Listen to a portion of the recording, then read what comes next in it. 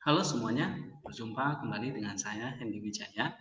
Kali ini kita akan melanjutkan seri pengajaran eksegesis surat Filipi, dan ini adalah bagian yang keempat. Dan hari ini kita akan belajar eksegesis pasal yang pertama ayat 9 sampai ke 11. Ini kelanjutan dari pasal yang sebelumnya atau bagian kolon yang sebelumnya. Nah, kita akan melihat 3 ayat ini, yaitu pasal 1 ayat 9 sampai 11 ini dengan pendekatan 4 lapisan makna atau 4 level meaning, dan kita akan membaginya menjadi seperti ini. Level pertama yaitu kita akan melihat teks aslinya, kemudian kita membuat struktur teksnya, ya.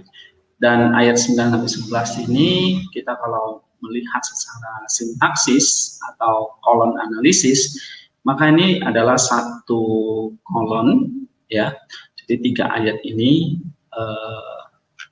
bisa dibagi menjadi satu kolom, ayat 9 sampai 11, dengan inti utamanya adalah doa Rasul Paulus, ya, kepada Allah untuk gereja di Filipi.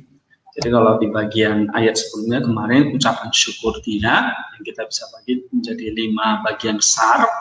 Kemudian ayat 9 sampai 11 ini adalah doa Rasul Paulus yang ditujukan untuk gereja di Filipi, prosilkomai, ya. Nah, ini adalah lapisan yang pertama. Nah, kemudian dari struktur kolon ini kita akan menerjemahkan, lalu kita akan melihat apa semantik konten atau spiritual meaning di balik teks tersebut atau di balik terjemahan literal ini.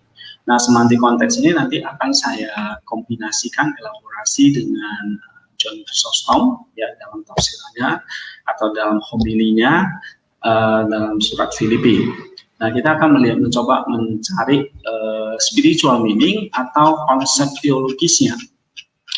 Dan ini adalah konsep teologisnya, ya.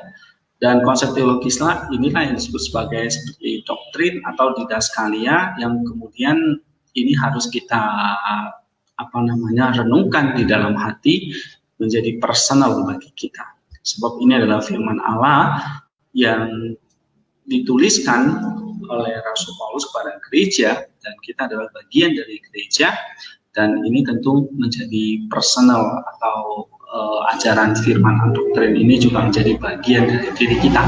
Tetapi tidak hanya cukup dengan konsep teologis atau doktrin atau pengetahuan spiritual meaning di sini, tetapi ini harus menjadi satu spiritual life di dalam hati.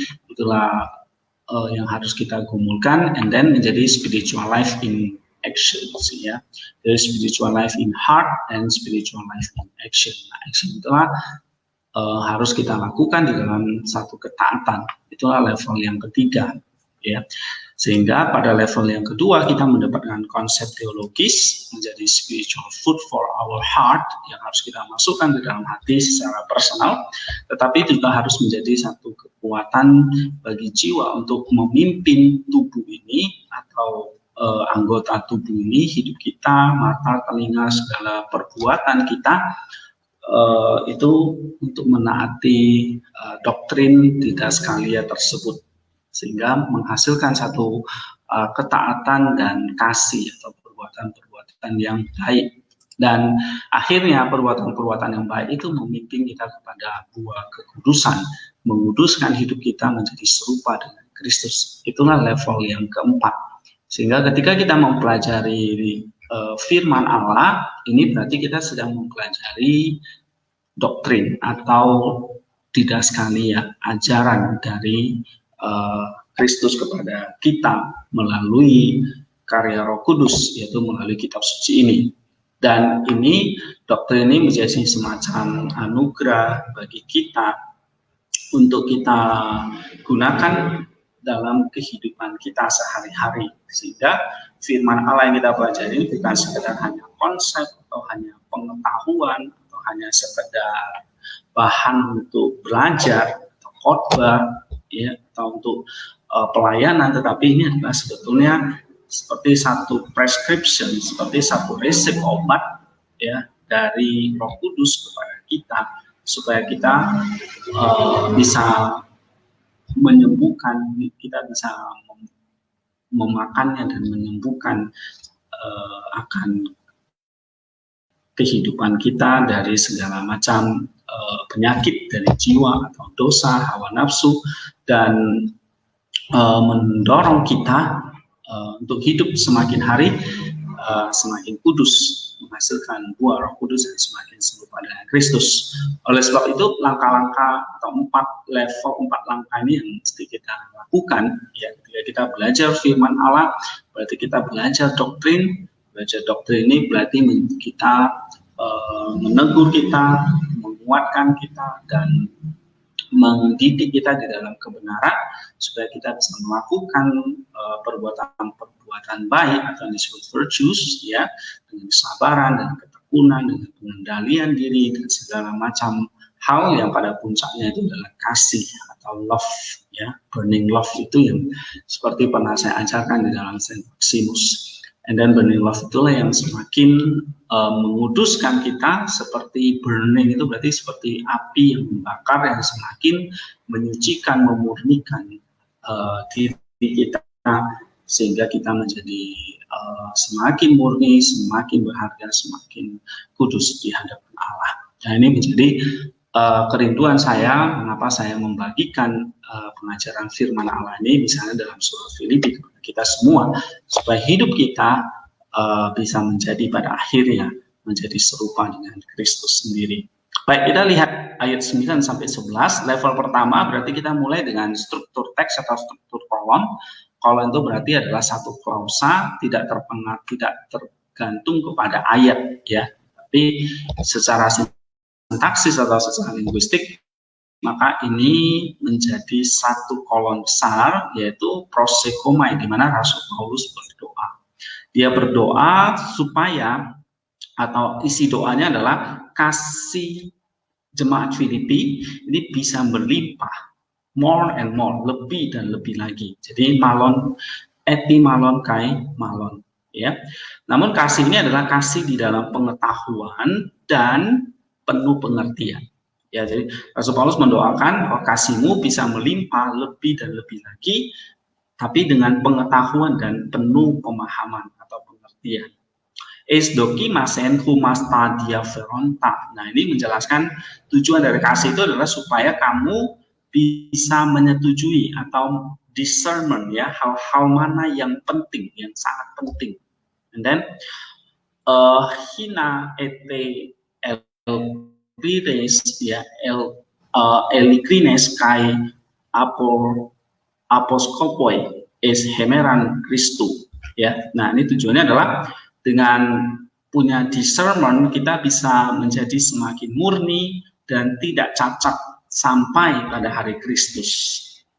Nah, kemudian dikatakan tujuan yang kedua adalah preromenoi karpon dikaius dia Yesus Kristus, ya, exdosan kai ekmanon teu.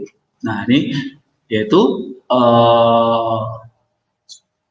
dipenuhi buah kebenaran melalui Kristus, Yesus Kristus, untuk kemuliaan dan pujian kepada Allah atau kepada Bapa. Nah, ini saat kita lihat ini adalah satu doa yang begitu penuh dengan doktrin atau ajaran, ya, yang walaupun ini singkat, tetapi ini menjadi satu gambaran dari tujuan hidup kita, ya. Dan ini kita tahu kalau kita bahas ayat yang 8 kemarin bahwa ada satu kasih mesra, ya, dari Rasul Paulus kepada gereja di Filipi, bahwa dia menginginkan atau dia mendoakan gereja Filipi itu seperti ini, yaitu hidup yang penuh kasih yang melimpah, ya, tetapi dengan satu pengetahuan supaya pada akhirnya hidup itu menjadi murni dan tidak cacat, dan pada akhirnya kita memuliakan Allah. Ya, nah ini salah satu gambaran hidup manusia, ya, bahwa hidup yang dipenuhi oleh natur ilahi, yaitu kasih. Ya, nah kasih yang terus berlimpah dan berlimpah, tentu dengan pengetahuan dan ajaran dari Kristus, sehingga kasih itu memimpin kepada satu pengetahuan dan pengertian yang membawa kita tuh kepada Kristus. And then dari kasih itulah kita pada akhirnya menjadi murni, tidak cacat sampai pada hari Kristus, ya, yaitu kita hidup yang menghasilkan buah-buah kebenaran untuk kemuliaan dan pujian kepada Allah. That's very wonderful, ya. Kita akan lihat apa isi semantis, ya.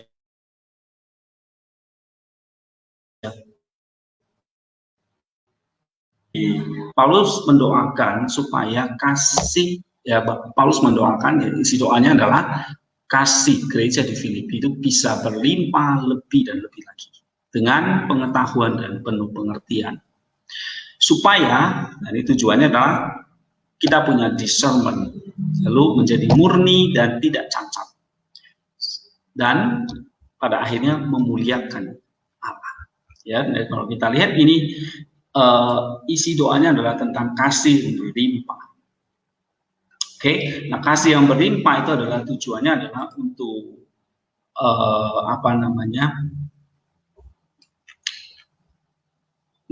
punya discernment, lalu menjadi murni dan tidak bercacat, dan dipenuhi buah kebenaran pada akhirnya untuk memuliakan Allah. Ya, jadi kalau kita perhatikan di sini kasih yang berlimpah itu semakin bertambah dan bertambah dengan pengetahuan dan pengertian, ya, supaya kamu bisa discernment hal-hal yang penting. Dengan mendiscernment hal-hal yang penting, ya, maka kamu hidup penuh dengan murni dan tanpa cacat. Oke, sampai pada hari Kristus. Lalu yang kedua, kamu dipenuhi oleh buah kebenaran melalui Yesus Kristus untuk kemuliaan dan pujian kepada Allah. Nah, that's very wonderful. Jadi singkatnya, kasih yang berlimpah itu pada akhirnya membawa kita kepada. Namun kasih yang berlimpah itu harus disertai dengan satu pengetahuan dan discernment supaya tidak asal mengasihi. And then kasih itu memimpin kita kepada satu kekudusan, ya, hidup yang murni dan tidak bercacat, tetapi kekudusan sampai kita itu benar-benar disempurnakan, artinya sampai pada hari Kristus nanti yang datang kali kedua. Nah, hidup yang penuh dengan kekudusan itulah harus memiliki pengetahuan dan discernment. Nah, pengetahuan dan discernment itu berguna supaya kita hidup kudus dan murni. Dan hidup yang kudus dan murni itu artinya hidup yang dipenuhi oleh buah kebenaran dari Kristus Yesus. Ya, buah kebenaran yang memang sesuai dengan apa yang Kristus inginkan atau ajarkan. Oke, ini kira-kira gambaran singkat, ya, dari struktur koloni. Kita sudah bisa belajar, ya, tentang gambaran atau struktur pola pikir dari Rasul Paulus. Ya, ini adalah satu doa supaya gereja Filipi penuh kasih berlimpah. Jadi kasih yang berlimpah itu pada akhirnya menuntun kita kepada satu kehidupan yang penuh buah dari Yesus Kristus, dan pada akhirnya hidup kita itu penuh dengan ucapan syukur atau pujian dan kemuliaan bagi Allah. Jadi bukan untuk kehebatan kita, tetapi ini adalah semata-mata untuk kemuliaan dan pujian kepada Allah. Nah, ini adalah literal meaning yang kita bisa peroleh, ya, literal meaning atau terjemahan literal, sehingga inti pokoknya di sini adalah doa, tetapi doa kepada Allah bagaimana kasih itu bisa berlimpah dalam kehidupan jemaat. Nah, seperti apa secara detail atau spiritual meaning dari apa yang dimaksud dengan kasih nanti, pengetahuan, pengertian, discernment, ya, tidak cacat, murni, terus kemuliaan dan pujian kepada Allah, kita akan lihat spiritual meaning atau semantik konten, isi semantisnya. Tentu isi semantisnya kita kerjakan dengan menganalisis setiap kolom tadi, dan ini hanya ada satu kolom, ya, dan satu kolom ini terbagi menjadi satu kelompok kata, ya, atau seringkali disebut dengan cluster. Jadi ini ada satu cluster, ya. Jadi misalnya ini satu kelompok kata, kelompok, nah semua ini dibagikan dalam beberapa kelompok. Ya, yang kita bisa lakukan adalah melihat menganalisis kata, frase, dan kolom tersebut. Dan tentu spiritual ini nanti akan menghasilkan satu pengertian atau konsep teologis, ya. Nah, kita lihat di sini Paulus mulai dengan berdoa prosekome, aku sendiri mendoakan, ya. Nah, dan ini diikuti oleh satu objek tuto, artinya mendoakan apa? Mendoakan hal ini. Nah, hal ini kemudian dijelaskan oleh satu klausal anjali hina, ya, yaitu konjungsi hina ini menjadi seperti relasi yang menghubungkan isi doa tuto dengan klausa berikutnya, ya, agape, perusi, kasih yang berlimpah tadi. Jadi kasih yang berlimpah ini menjadi isi dari tuto atau isi dari doa Rasul Paulus. Nah, isinya apa? Yaitu bagaimana kasih, ya, agape atau kasih dari gereja Filipi ini bisa berlimpah dan berlimpah lagi, ya. Nah, jadi bukan hanya sekedar kasih, tetapi kasih yang memang yang terus berlimpah dan berlimpah. Chrysostom mengatakan bahwa ini adalah satu kasih yang tidak hanya berhenti kepada dirinya, tetapi adalah kasih yang terus dicurahkan, ya. Nah, dia katakan being loved in this way, he wanted to be loved still more, ya. For the one who loves the beloved doesn't want to be stopped from love ini. Jadi tidak ingin berhenti dikasihi, ya. Nah, seperti misalnya dalam Roma 12 ayat 18, ya, Paulus tentu tidak ingin menginginkan hal-hal yang lain dari seseorang selain dia menginginkan kasihnya, ya. Dia tidak menginginkan hartamu dan sebagainya, tetapi dia menginginkan kasihmu, ya. Coba kita baca dalam Roma 12 ayat 18. Roma 12 ayat 18.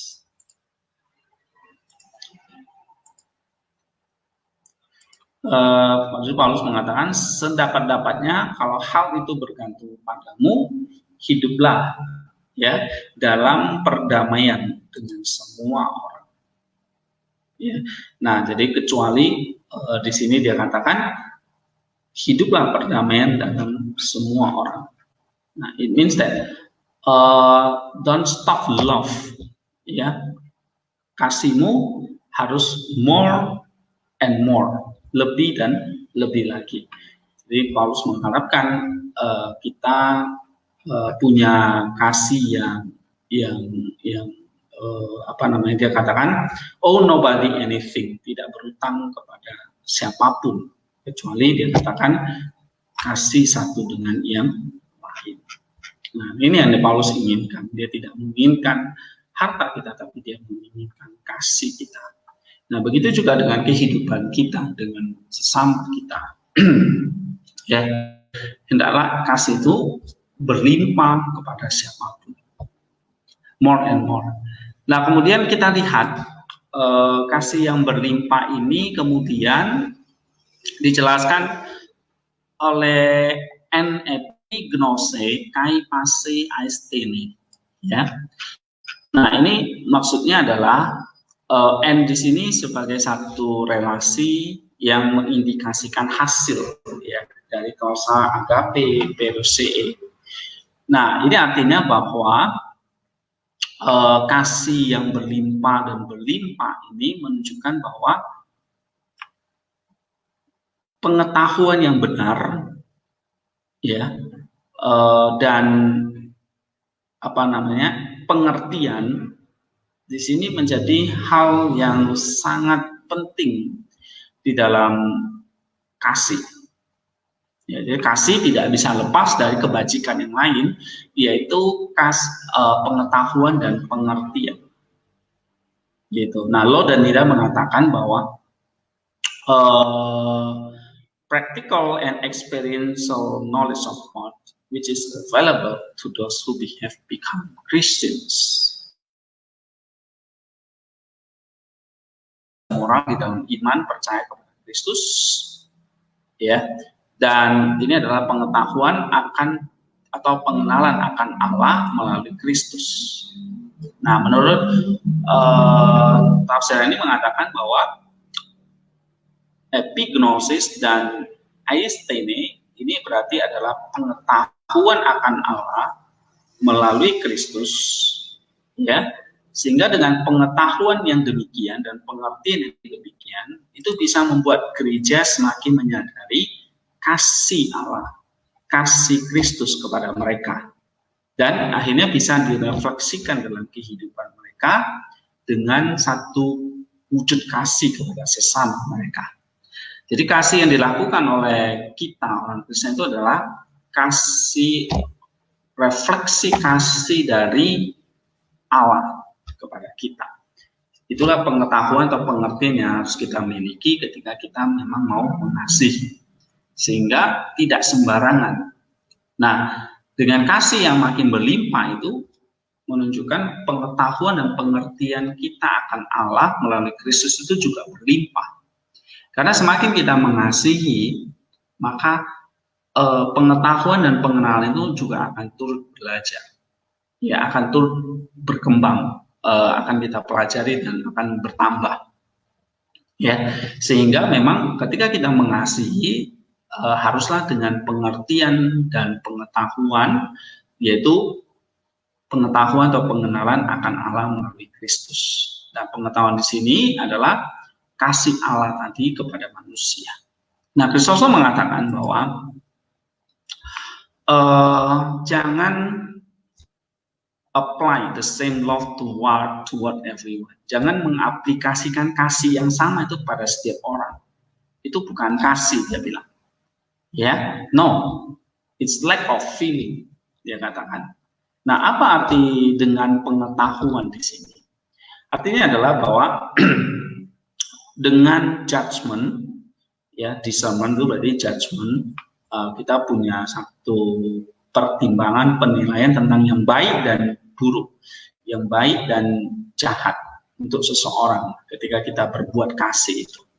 And then with reasoning, tentu, ya, dengan reasoning dan dengan perception. Nah, artinya ini kita tidak mengasihi secara stupidly, dengan bodoh, ya, simply dan sembarangan, dan anyhow dengan cara yang serampangan, sembarangan, tapi dengan satu judgment, reasoning, and perceptions, ya.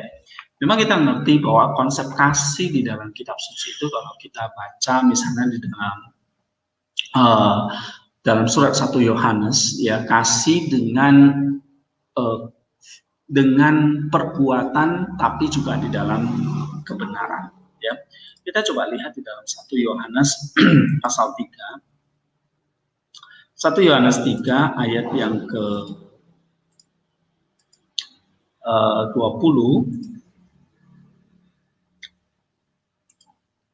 Sebentar saya cek, ya.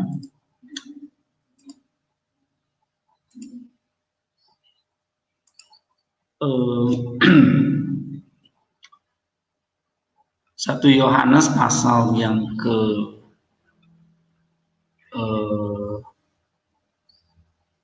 2 ya.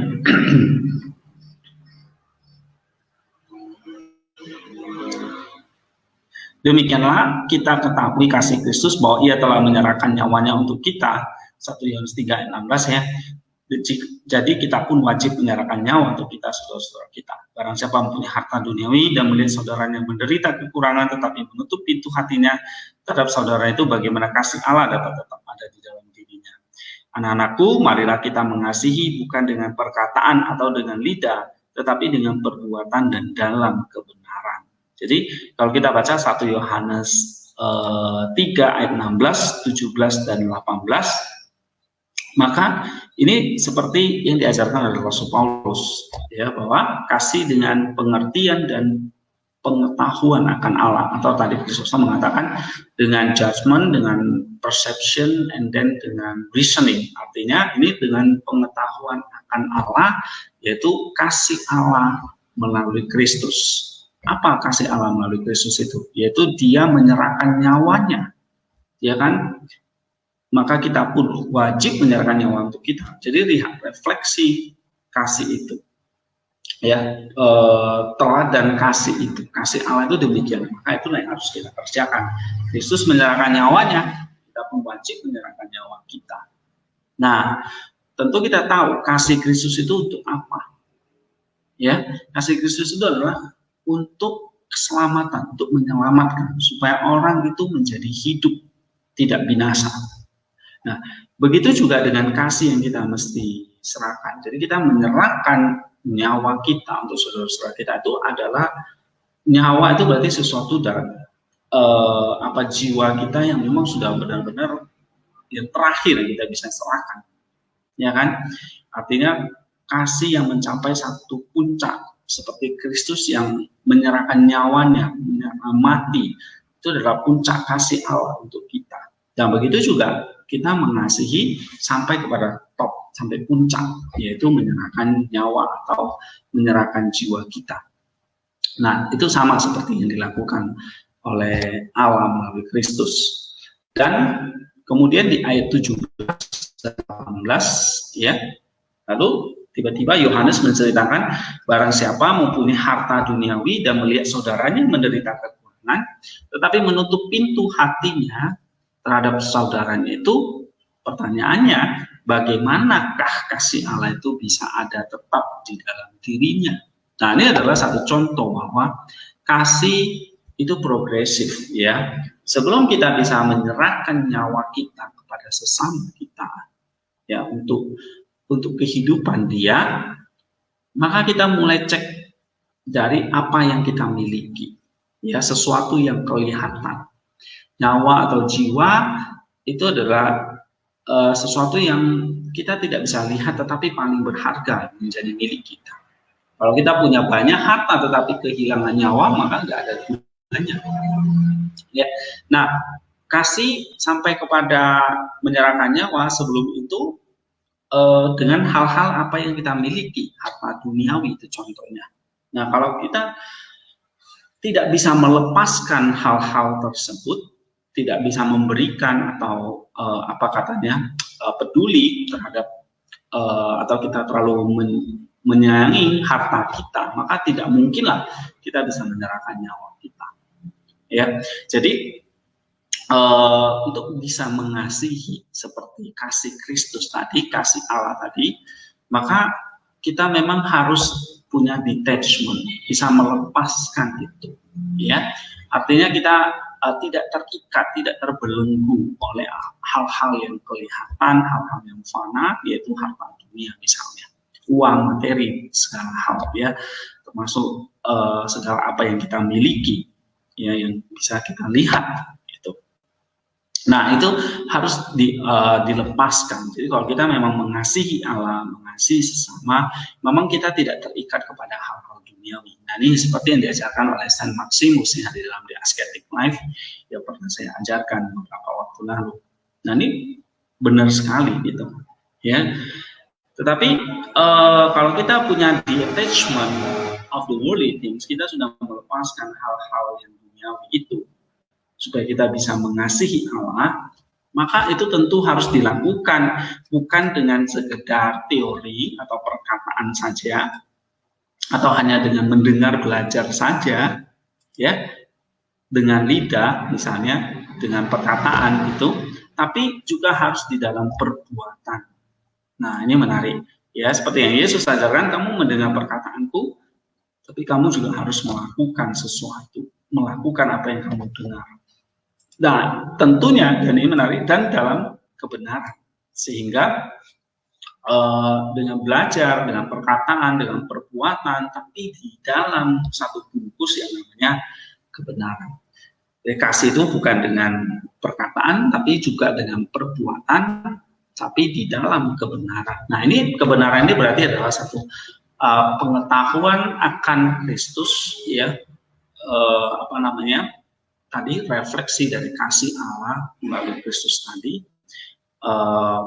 pengetahuan akan Allah tadi, di mana refleksi kasih Allah kepada Kristus itu adalah untuk supaya orang itu dengan kasihnya orang itu menjadi hidup. Nah, sehingga kasih kita mesti bagikan mulai dari hal-hal yang dari harta duniawi sampai mungkin nyawa atau jiwa kita, maka itu harus ada di dalam kebenaran atau di dalam pengetahuan, yaitu apa?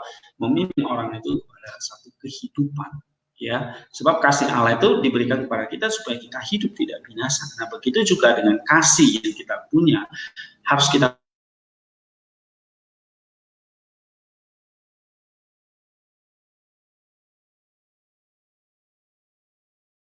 Kristus. Artinya kasih yang kita bagikan membuat orang itu menjadi selamat hidup dengan cara apa? Dia berjumpa dengan Kristus dan pada akhirnya hidupnya diselamatkan dan mereka bisa memuliakan Allah kembali, menemukan, mengenal Allah yang sejati melalui Kristus dengan perbuatan kasih kita. That's very important. Ini yang diajarkan oleh Rasul Paulus dan Yohanes kepada kita, dan kemudian diteruskan oleh seperti Bapak Gereja, ya, misalnya Chrysostom, Maximus mengajarkan seperti itu kepada kita, sehingga kasih harus disertai dengan knowledge dan discernment, ya.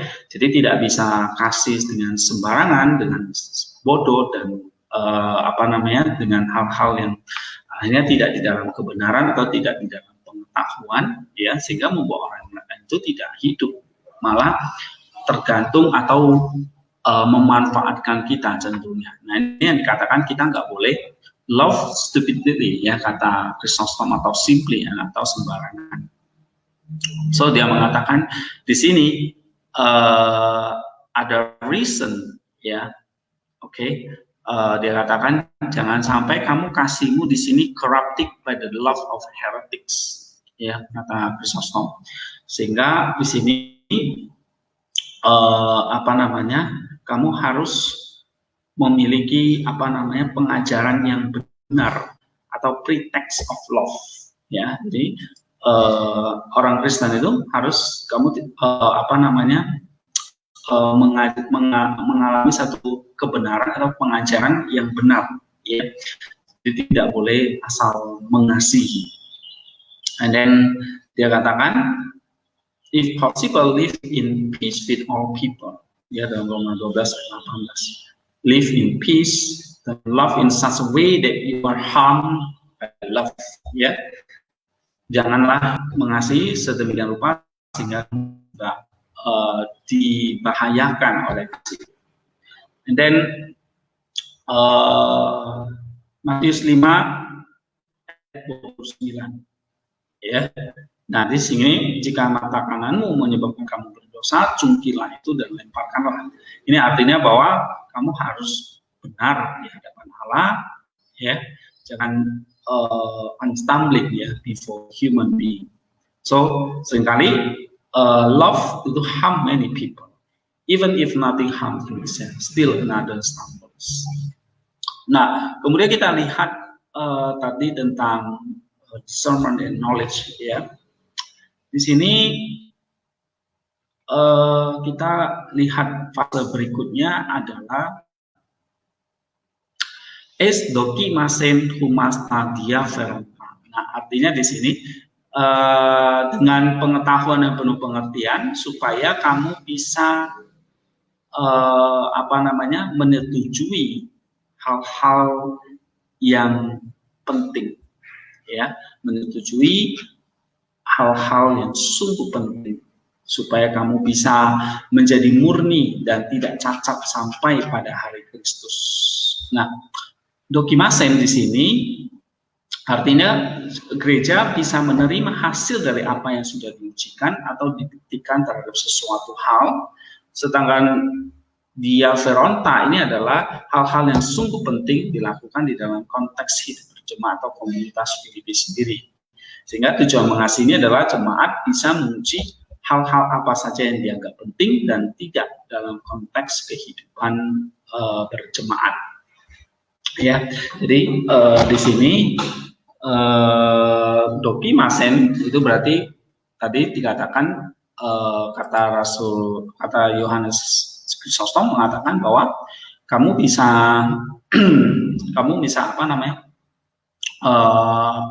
just reasoning perceptions, ya, tidak logically, simply and anyhow. Oke, jadi dengan kasih kita bisa menguji hal-hal apa saja yang dianggap penting dan tidak dalam satu konteks kehidupan berjemaat. Seperti tadi prinsip yang diberikan Rasul Yohanes, kita mengasihi dengan pengetahuan dan pengertian itu atau dengan dalam kebenaran itu adalah membuat kita itu akhirnya bisa menguji hal-hal apa saja yang dianggap penting dan tidak dalam satu konteks kehidupan berjemaat, yaitu di mana prinsipnya adalah kita mengasihi dengan tidak sembarangan, tidak bodoh, tetapi membuat orang itu prinsipnya adalah menemukan hidup, menemukan Kristus. Jadi tidak membuat orang itu justru binasa atau justru kita memanfaatkan orang itu, atau dengan motivasi yang tidak benar ketika kita mengasihi, ya, seperti peribahasa mengatakan ada udang di balik batu atau hal-hal yang lain. Tetapi tujuannya adalah memang benar-benar membuat orang itu menjadi hidup. Tapi sekali lagi kasih dengan pengetahuan dan pengertian itu supaya kita bisa menguji hal-hal mana yang penting dan hal-hal mana yang tidak penting di dalam satu konteks kehidupan kita. Nah, Rasul Yohanes dalam 1 Yohanes 3 ayat 18 itu mengatakan bahwa menguji hal-hal yang penting itu artinya Chrysostom mengatakan kita tidak sembarangan mengasihi, ya, tetapi prinsipnya adalah Rasul Yohanes mengatakan kita membuat orang lain itu menemukan hidup, menemukan Kristus, sehingga hidupnya juga diselamatkan dan bisa memuliakan Allah. Ya, jadi saya kira bagian ini di ayat 10 ini sangat penting bagi kita bahwa kita punya kasih yang berlimpah dengan berlimpah, tentu sejalan dengan pengetahuan dan pengertian yang kita miliki, yaitu di dalam kebenaran, yaitu mengerti, mengenal Allah melalui Kristus, kasih Kristus itu seperti apa, dan itulah yang mesti kita refleksikan, kita menjadi semacam reflektor kasih Allah atau kasih Kristus itu kepada sesama kita. Tapi kita kasih yang demikian, kasih dengan pengetahuan dan kebenaran yang demikian itu, atau reflektor dari kasih ilahi itu tidak boleh dilakukan secara sembarangan, tapi ini harus kita uji, ya, supaya kita bisa menyetujui hal-hal mana yang penting atau tidak. Yang pada prinsipnya adalah membuat orang lain itu menjadi hidup. Nah, saya kira ini bagian yang ayat 9 sampai 10, ya. Kemudian adalah yang kedua adalah supaya kamu bisa menjadi murni dan tidak cacat sampai hari Kristus, ya, sehingga kasih yang berlimpah itu di dalam pengetahuan dan pengertian itu, supaya terus kamu bisa menguji hal-hal tersebut. Ini adalah yang berikutnya adalah supaya kamu bisa menjadi murni dan tidak cacat sampai pada hari Kristus. Nah, artinya adalah ini hari Kristus mengindikasikan waktu dan persiapan, ya, menantikan kedatangan Kristus kali kedua atau disebut dengan parusia. Eklines, ya, Elikrines itu menjelaskan gereja memiliki sikap yang murni dan transparan di hadapan Tuhan dalam rangka mempersiapkan diri pada hari datangnya Kristus kali kedua. Nah, Poskopo ini menjelaskan jemaat tidak menyebabkan orang lain salah jalan atau tidak cacat bagi orang lain di tengah penantian hari kedatangan Kristus. Oke. Nah, sehingga di sini tidak kamu murni dan dipercacat pada hari kedatangan Kristus ini adalah menjadi satu tujuan kita tadi, ya, punya punya kasih yang berlimpah, kemudian kita bisa dengan pengetahuan dan pengertian, dan akhirnya kita bisa menguji hal-hal apa yang dianggap penting. Nah, tujuan dari semuanya itu punya kasih sampai kita bisa menguji hal-hal apa yang dianggap penting dan tidak penting di dalam satu konteks hidup kita. Artinya bagaimana kasih bisa kita bagikan untuk orang lain itu menjadi hidup, ya.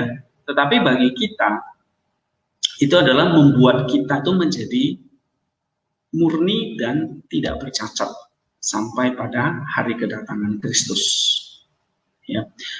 Nah, Kristus mengatakan bahwa dengan kasih yang demikian yang kita bagikan, ya, sampai kamu punya dokimasen, ya, kamu punya satu kemampuan untuk bisa discernment tadi, ya, atau menguji tadi. Tujuannya adalah supaya membuat kamu itu ditemukan dalam keadaan murni, kudus, ya, pada hari Kristus nanti. So, kasih itu mesti dikerjakan sampai at the end, sampai pada akhirnya, ya, yaitu dimana kita menjadi kudus atau murni. Dan dia menjelaskan bahwa Kristus menjelaskan kudus dan murni ini, kalau kita lihat di dalam teks ini, ya, itu cirinya adalah dipenuhi dengan buah kebenaran dari Kristus Yesus. Ya. Nah, kalau kita lihat di sini dipenuhi buah kebenaran dari Kristus Yesus. Jadi maksudnya adalah Yesus Kristus memenuhi gerejanya dengan perbuatan-perbuatan yang mengandung kebenaran. Ya. Nah, ini artinya apa? Bahwa perbuatan gereja itu bukan atas dasar menaati kebenaran di dalam hukum Taurat lagi, tetapi atas dasar kebenaran yang dianugerahkan oleh Allah melalui iman kepada Kristus. Ya, dalam pasal 3 ayat 6 dan 9 juga. Sehingga di sini akhirnya adalah tujuannya adalah supaya kita bisa memuliakan dan memuji Allah. Ya, jadi sekali lagi bahwa kita punya kasih yang berlimpah itu, ya, yang akhirnya membuat orang lain itu memiliki hidup, menemukan Kristus, menyelamatkan dia. Tetapi bagi kita sendiri adalah supaya kita ditemukan tidak bersalah atau kudus, tanpa cacat, ya, murni dan tanpa cacat pada hari Kristus Yesus. Nah, itu untuk pribadi kita, ya. Artinya kita punya sikap yang murni dan transparan di hadapan Tuhan. Nah, ini itu pada saat Kristus datang kali kedua. Nah, sikap murni dan transparan ini di hadapan Kristus ini menunjukkan bahwa perbuatan kita itu berdasarkan kebenaran yang dianugerahkan Allah melalui iman kepada Kristus, bukan lagi atas dasar menaati kebenaran di dalam hukum Taurat. Nah, Kristus mengatakan demikian.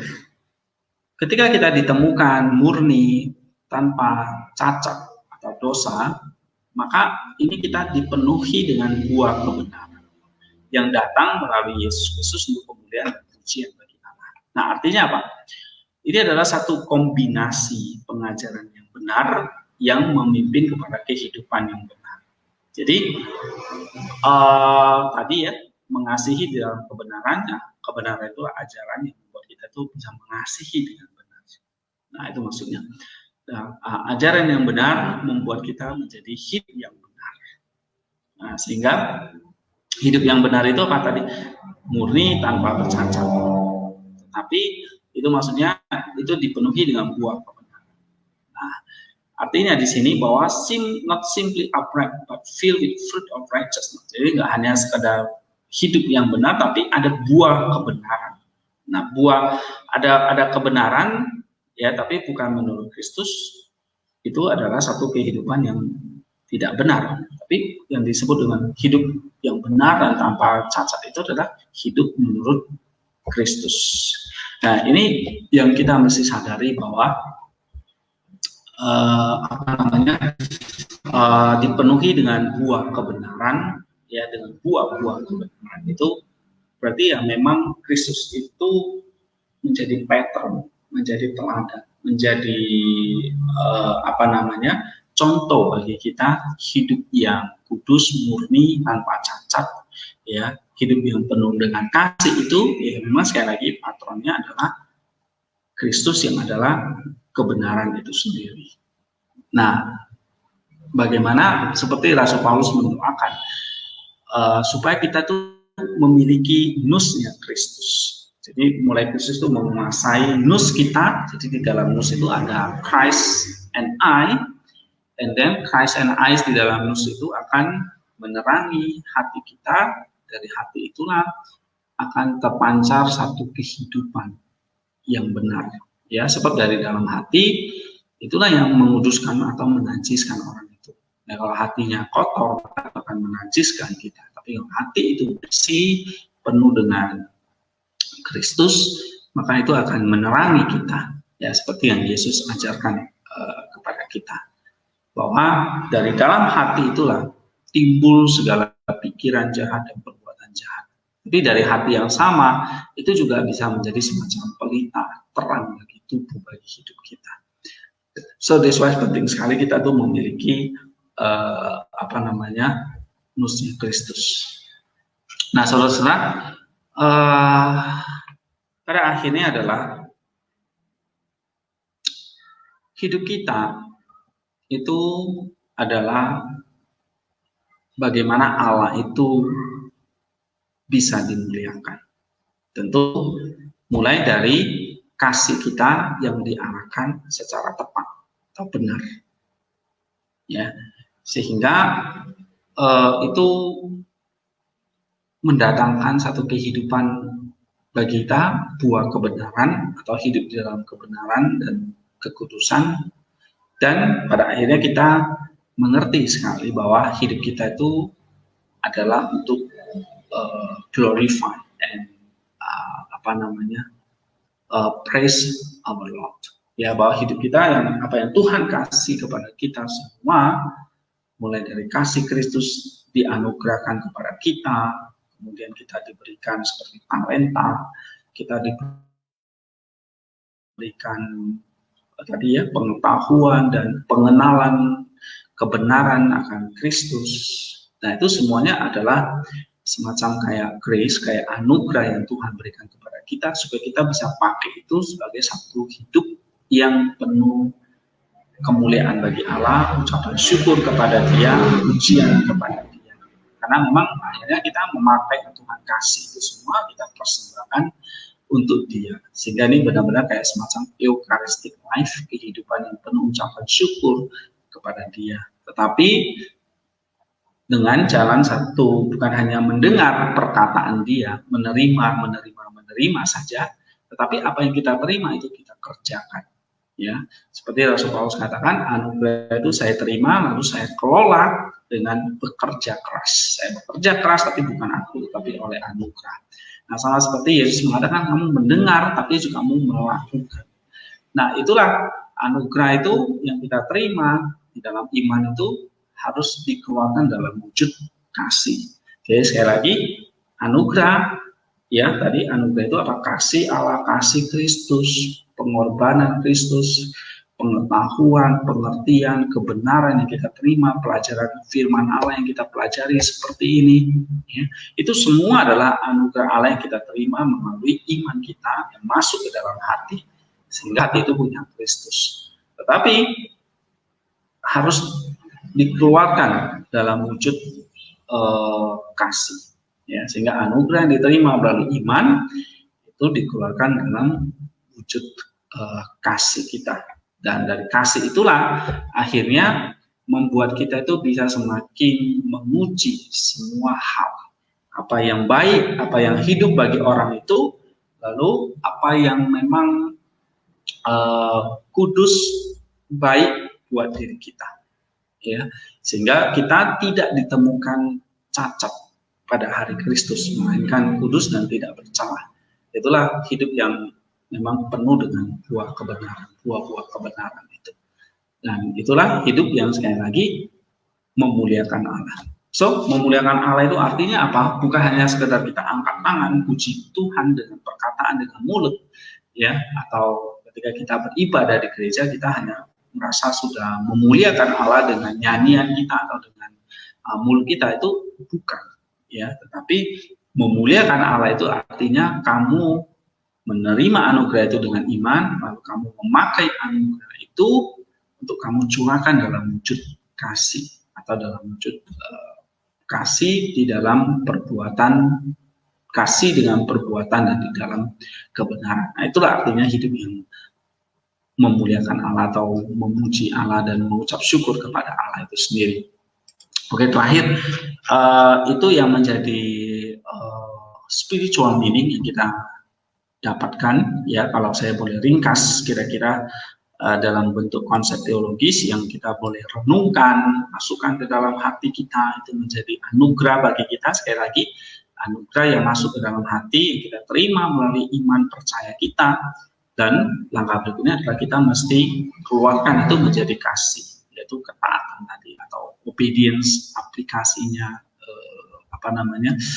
ketaatan yang kita mesti jalankan, sehingga itu semakin menguduskan kita tidak ditemukan bersalah atau cacat pada hari Kristus nanti, ya. Jadi kasih yang berlimpah hasilnya kita punya pengetahuan akan Allah melalui Kristus dan mampu membuat keputusan moral yang tepat, ya. Itu jadi kalau kita punya kasih itu dibarengi dengan kebajikan jiwa yang lain, pengetahuan, ya, kita bisa punya discernment atau keputusan moral yang tepat, membedakan yang baik dan jahat, ya. Jadi pengetahuan, pengertian itu satu sisi, iman, ya, kasih, and then ditambah dengan pengetahuan dan discernment, keputusan moral yang tepat. Nah, itu hasilnya. Tujuannya adalah menguji hal-hal apa yang dianggap penting dan tidak dalam kehidupan. Ya, tadi discernment tadi, supaya kita punya sikap, supaya kita memiliki sikap yang murni dan transparan di hadapan Tuhan dan tidak menyebabkan orang lain salah jalan, ya, dalam rangka mempersiapkan diri pada hari datangnya Kristus yang kali kedua. Kemudian yang kedua, Yesus Kristus memenuhi kamu dengan perbuatan-perbuatan yang mengandung kebenaran untuk kemuliaan dan pujian bagi Allah. Nah, itulah artinya kasih yang berlimpah, yaitu anugerah yang kita terima lalu kita wujudkan dalam perbuatan kasih. Nah, ini yang diajarkan, dan inilah yang menjadi doa Rasul Paulus kepada gereja di Filipi. Tentu ini juga menjadi doa Rasul Paulus kepada kita, dan ini menjadi doa kita untuk diri kita dan orang-orang yang kita layani, jemaat kita, umat yang kita layani, maupun orang-orang di sekitar kita, tetangga kita. Mari kita mendoakan hal-hal seperti itu, sehingga ini kita bisa lakukan dalam hal-hal yang sederhana, kasih yang kita bisa bagikan, yang pada intinya memimpin orang itu kepada hidup, dan pada akhirnya di level yang keempat ini kita akan mendapat satu reward kekudusan dari Kristus. Ya, saya kira ini yang bisa saya bagikan untuk kita semua. Semoga pengajaran hari ini memberkati kita dan kita bisa mengerjakan dari apa yang kita bisa tangkap terima pelajaran seperti ini, ya untuk kita renungkan di dalam hati, kemudian kita wujudkan dalam perbuatan, dan nilai akan semakin memutuskan hidup kita. Thank you semuanya. God bless us.